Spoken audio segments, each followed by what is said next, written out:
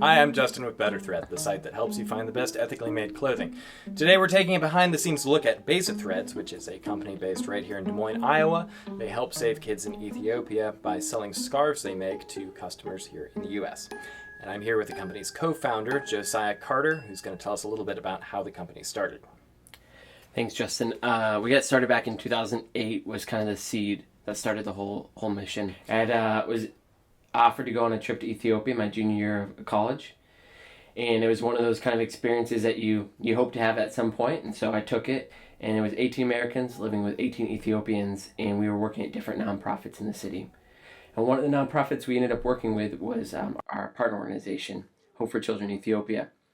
And the whole thing got started out of one night. They actually took the students that were working with HCE, and they took them out to the prostitution district.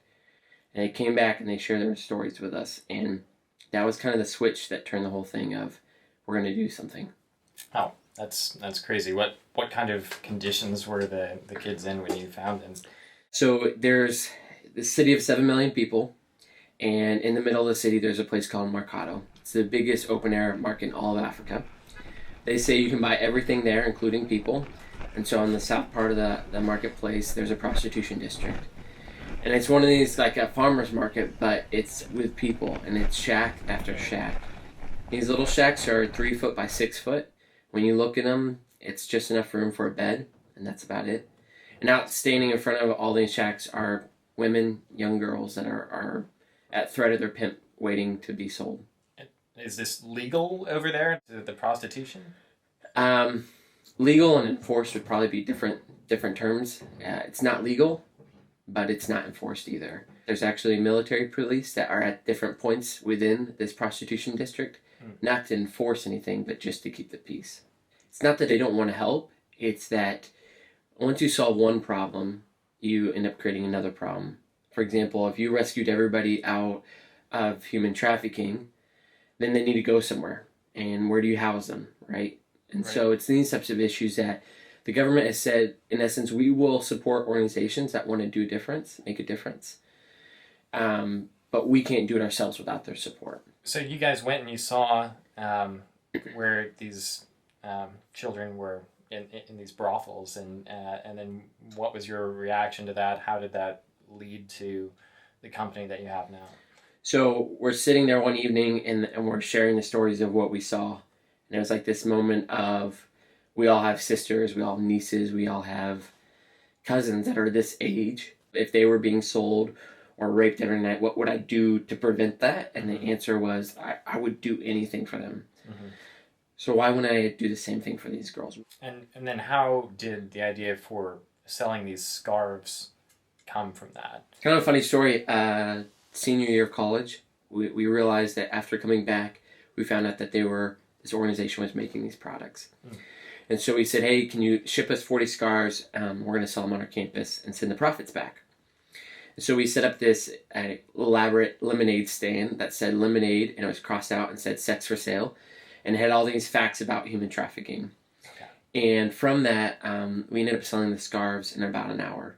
And then all these other students kept coming up asking, hey, where are those scarves that are made by people rescued from slavery? And it was like this light bulb that went off of, this is a business idea. Maybe something could come out of that. So 2 years pass, I get married, I'm telling my wife nonstop about Ethiopia.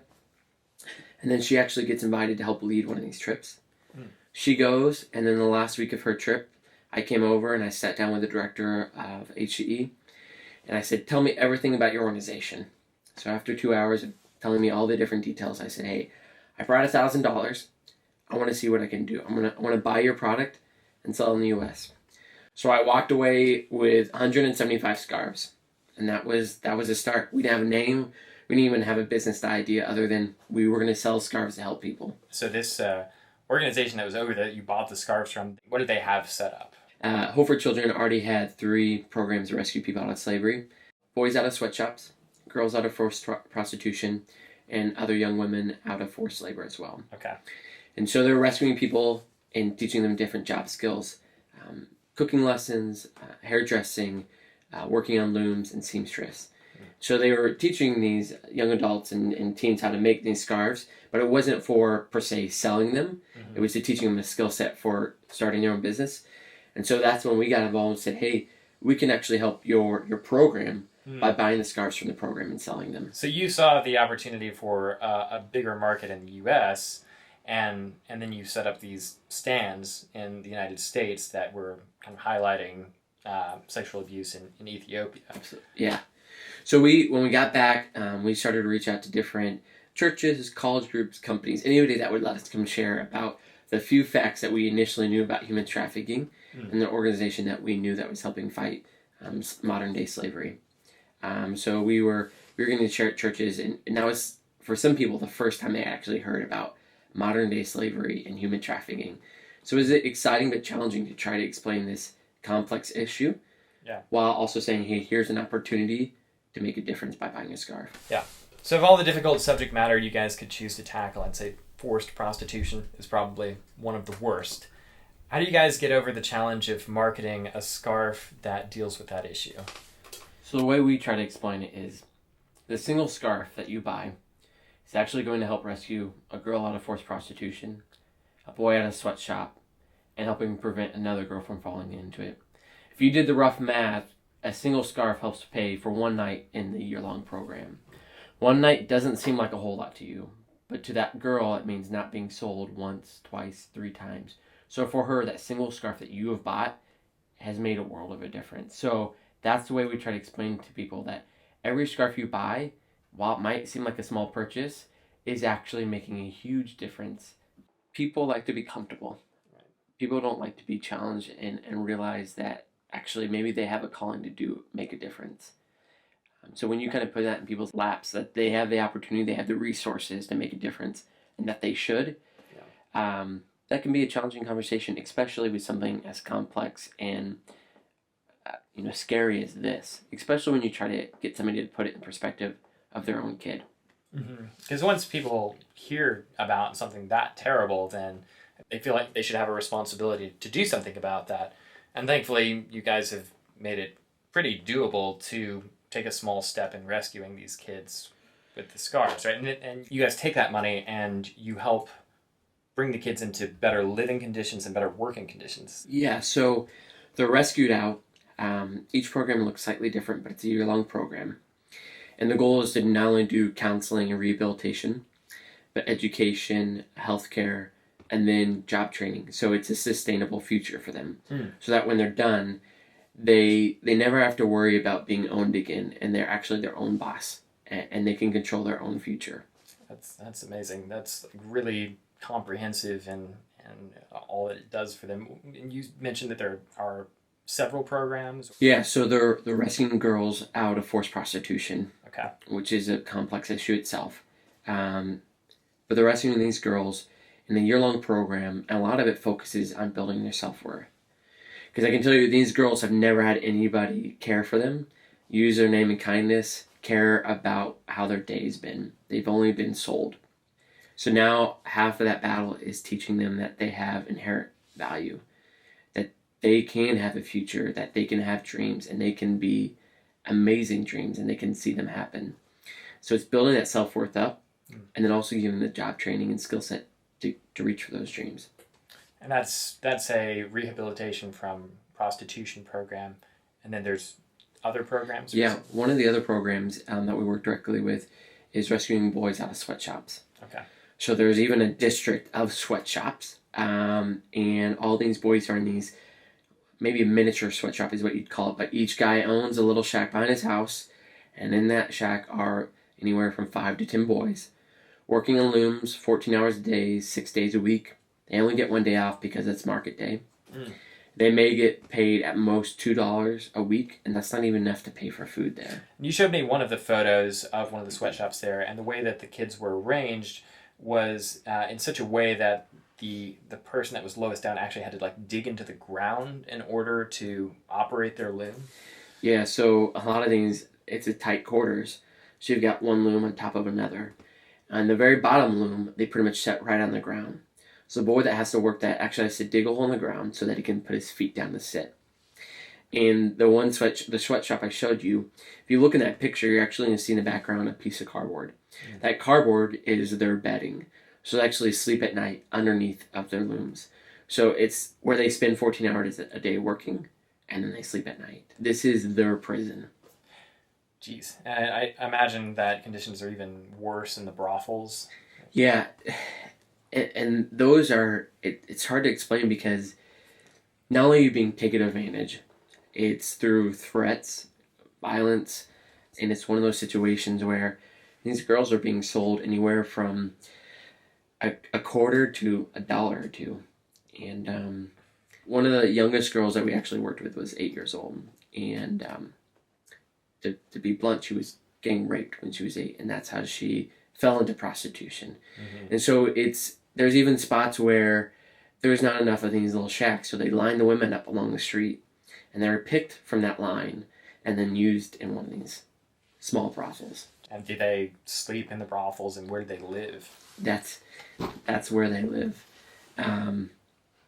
It's for both of these situations, the place where they're being abused is also their prison. That's where they sleep, they live, and they're forced to work. Wow, that's so horrific. I can't even wrap my mind around it. Now, how do the new conditions that you guys move them into, how do those compare to the old places where they were? So for the women, what they do is they actually put them in groups of 5 to 6, and they rent a house, and these girls become a community. Mm. So it's one of those ideas that by the time they're done, they not only have self-worth and education, but they also have a community of people that have been through the same challenges. Mm. Within the house, there's also a house mom that teaches them those basic skills that maybe they've never learned. Right. The conditions are uncomparable. It's like being homeless to having a nice apartment. That's the difference. For the boys, the last time I was there, some of them were getting the very first mattress that they've ever gotten to sleep on.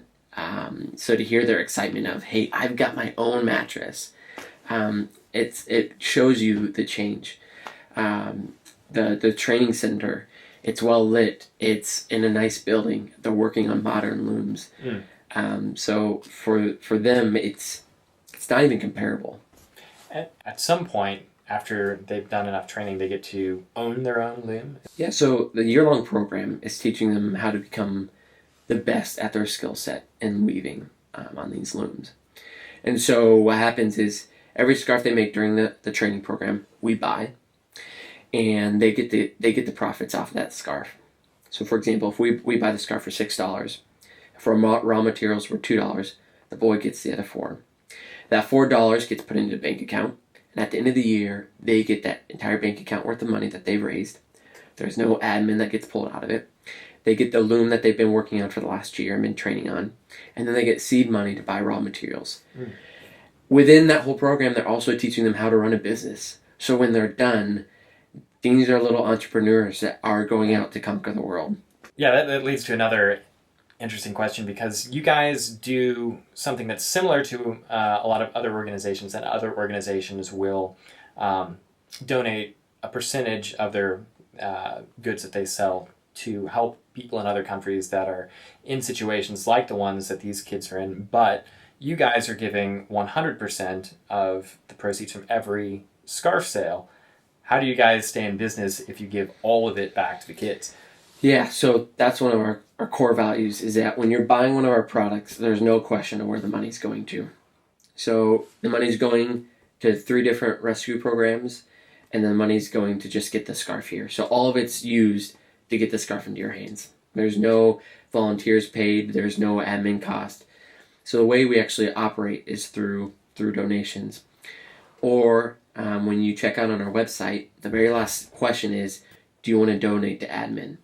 And that's where the money comes from. Wow. So our goal is, when you buy a product, you know that the product you've bought is going to rescue people. That's really very unique. I feel like most of the companies that I've heard about are doing great things, but you guys are really taking it to the next level by giving it all over to the kids. So with your operational costs, all generated from donations. How has that gone for you over the last few years? I mean, you guys have been around for how many years? 5 years. 5 years. So how has it worked out? Have you seen a rise in donations over the years? It rise and falls with media. Okay. Unfortunately, that's the matter of it. So I would say people that buy online, probably 80% of people throw in a couple extra dollars when they buy a scarf. That's huge. We have some people that are consistent donors every month. Those are the people that makes our lives a lot easier. And then the rest of it is by sharing stories with you or through different media outlets, getting people to get involved. But I would say a majority of the way we operate is by volunteers. That's pretty cool. So you just have a network of volunteers of all different skill sets, and the company or the nonprofit just runs completely based on that. It does. A little blood and sweat and tears with it. But yeah, so we have an amazing group. There's about 15 of us. We have 3 main teams: communications, product, and events. And that's where the magic happens. Cool. So some people might have seen the video that's on your website. You have something that sort of explains visually how a scarf is made, but I'm wondering if you can walk us through from start to finish how a scarf is made, just starting with the fabric and the design all the way through to shipping it to a customer, if you can. Yeah. So our designs primarily are developed by our product team. And so what we do is we look at what are the scarves that have done well historically, or ones that we see as new designs coming in. So for example, all of our plaids are new in the last year. So we'll design the plaid, and we'll send over the color swatch for them, and they'll test make it. The way a scarf in essence is made, it starts with 50 spools of thread. That's it. They pull the 50 spools out, and then they create a big kind of bundle of thread. They then connect that to the loom. And if you can imagine 50 threads going this way, that makes the length of the scarf. And then the boys throwing the shuttle back and forth, that makes the width of the scarf. Okay. Each scarf is just a combination of threads going this way and going this way to make each one of these patterns. But it's some unique skill set that these boys are learning to make some pretty complex designs. So like on these plaid scarves here, these are not done through like a digital sewing machine. Everybody's making those by hand. The kids are like actually doing this with, I would imagine, what's a great amount of skill. Yeah, and it starts to become second nature, but you can see there's some uniformity to this plaid. Yeah. Which means the boy is using his skill set, his eyes, and counting the number of threads he's throwing back and forth, right? Mm-hmm. And so they take great passion and pride in their work. And I can tell you, watching them do this, they know that it means their future, so they're putting in such great care into what they're making. But yeah, it's all completely handmade on a loom. It's about as handmade as you can get. Where does your fabric come from? Is that from Ethiopia as well? All of our thread is bought in the local marketplace. So they buy it in bulk, and there's a product designer there that's working with us. So we'll say, hey, we need a blue. Can you help us find the blue that we're looking for? So right now you guys just do scarves, but looking toward the future, what do you guys see yourselves doing down the road? So we're starting to get into leather products. And the idea is that we start with some simple leather products, and they can learn how to make those, and then we can get them into an apprentice program. So our 2 products that we're starting to make are a credit card wallet. So this one's kind of special because this is the second one ever made. So I was actually there helping train them on crafting this. And then also leather bracelets. But really our goal is to identify different skill sets that could be used to rescue more people out of slavery. And have you had any contact with any of the kids that have gone through the program, like after they've gotten out? So during this last trip, we actually got to connect with one of the boys that had graduated 2 years earlier. And so we're kind of talking with him, understanding where he's at. And he's telling us that when he was in a sweatshop, he was making $2 a week. Now, after paying for his own food, clothing, housing, he's saving $75 a month. And he's telling us how he's got more orders than he knows what to do with. Wow. And we actually started kind of giving him a hard time, like, are there any girls we should ask about? And he got real serious, and he's like, actually, I have a hard time keeping the girls away because they know I have my own business and I've got a future. And so the guy was just describing how his life has completely changed from being a slave to being his own boss and running his own company. And if people want to get involved beyond buying a scarf, what can they do? So there's a couple different ways. Obviously, donations do make a difference, Right. but one of the things is getting us connected. Sometimes it's hard to explain how important that is. So sharing us with your friends, your family, hosting an event, getting us connected with organizations you know.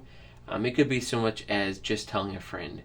It's that network that you can help us connect with that will help get more scarves into people's hands and more people rescued from slavery. Nice. Thanks for telling us a bit about the company. Hopefully that gives you guys a better look at how these products are made from start to finish and all the great work that Beza Threads is doing. If you're interested in getting more detailed information about what they do, be sure to check out their website at bezathreads.org. And for more information about ethically made clothing in general, be sure to check out our website at betterthread.com. Thanks for watching.